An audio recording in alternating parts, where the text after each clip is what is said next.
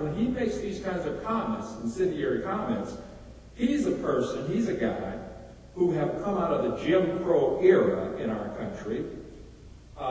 And just a little background on Reverend Wright. He comes from a very well-to-do family in Philadelphia. He's the son of a pastor. He studied and graduated from seminary. He was a Marine during the Vietnam conflict. He was highly decorated. He was also honored by former President Lyndon B. Johnson a few years ago.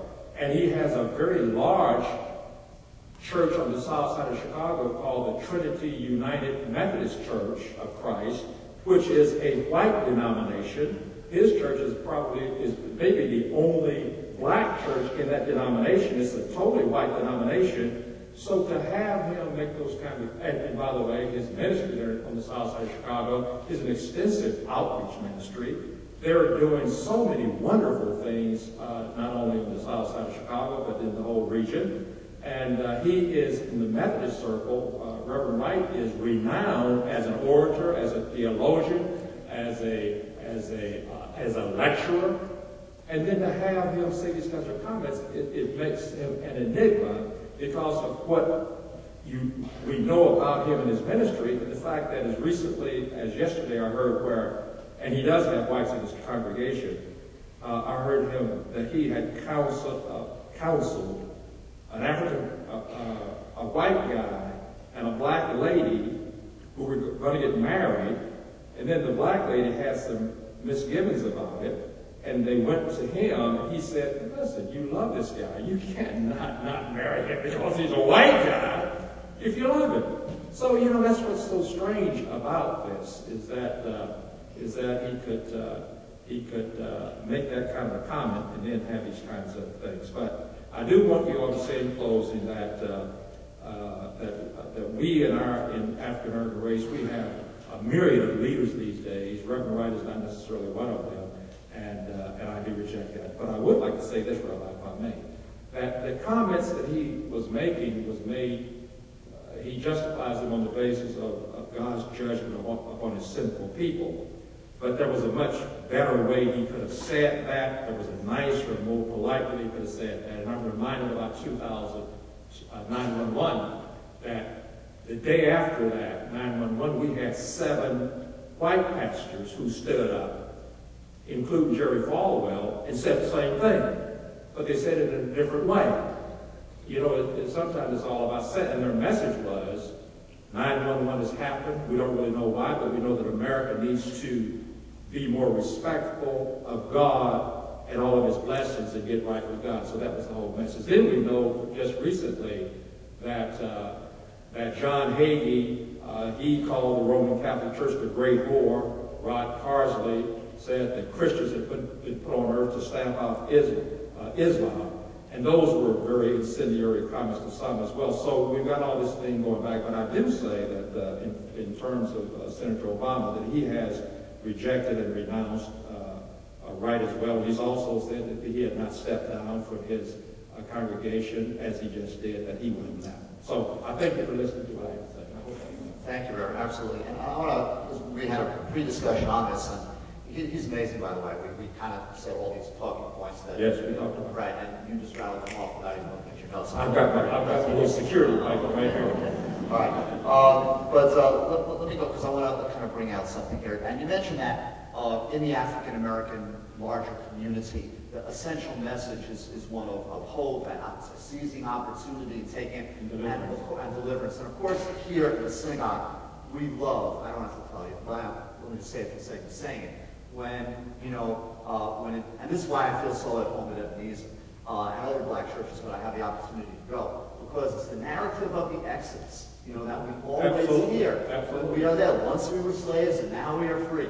And this is it's a central narrative for the Jewish community. We're getting ready for Passover in a few more weeks, and it's a central narrative in the African American community as well. And it's not accidental that we share so much in partnership and friendship, because this is so much a core narrative again for both of us.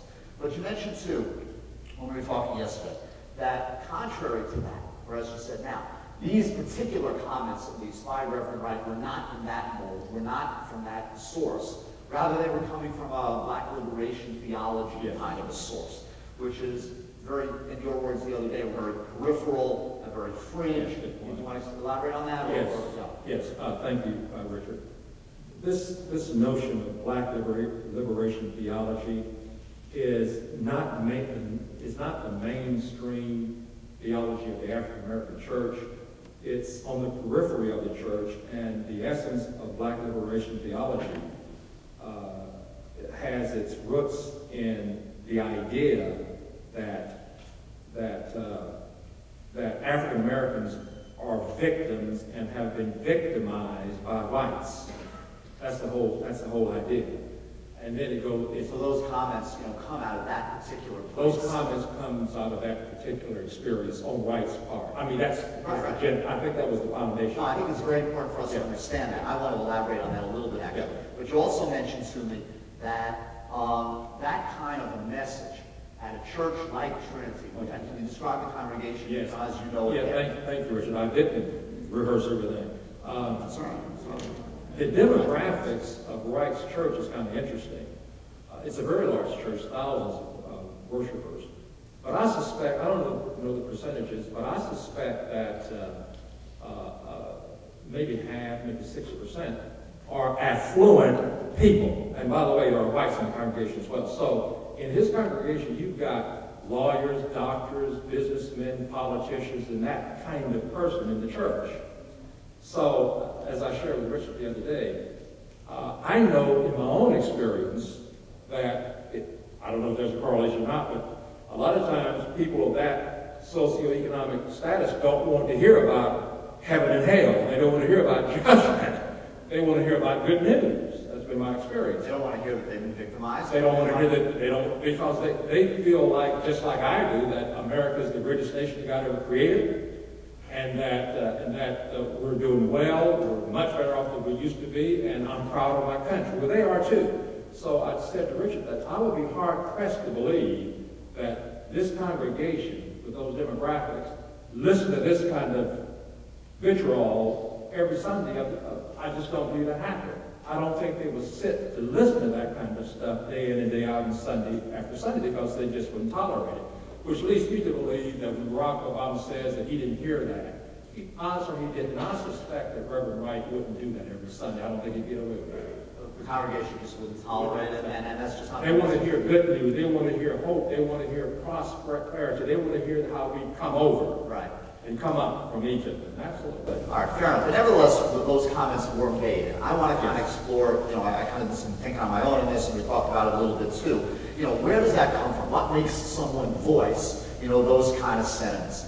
And it popped into my head, I'm sure people know this, the song from South Pacific, the music. Yeah. You've got to be taught to hate and fear. You've got to be taught. I was thinking about that. And, so hate and fear, according to that song anyway, we have to be taught to hate and fear. But you think about it a little bit, yeah, we can be taught to hate, that's for sure. We can certainly be taught that. But hatred can also come without us being taught.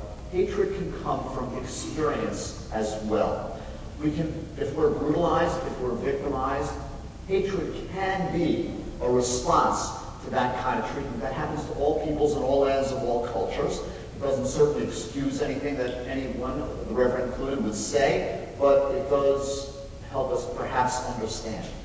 And fear, unlike hate, does not have to be taught. It comes to us instinctively. It's hardwired into every species. If we're frightened, we're going to act in a way that may not be the most elevated way. We're going to act to survive in whatever way we can. And no one is immune to this, including Jews. Am I correct about that? Does anybody know any bigoted or racist or prejudiced Jews? Does anybody? Not know any? Okay. All right. Very seriously.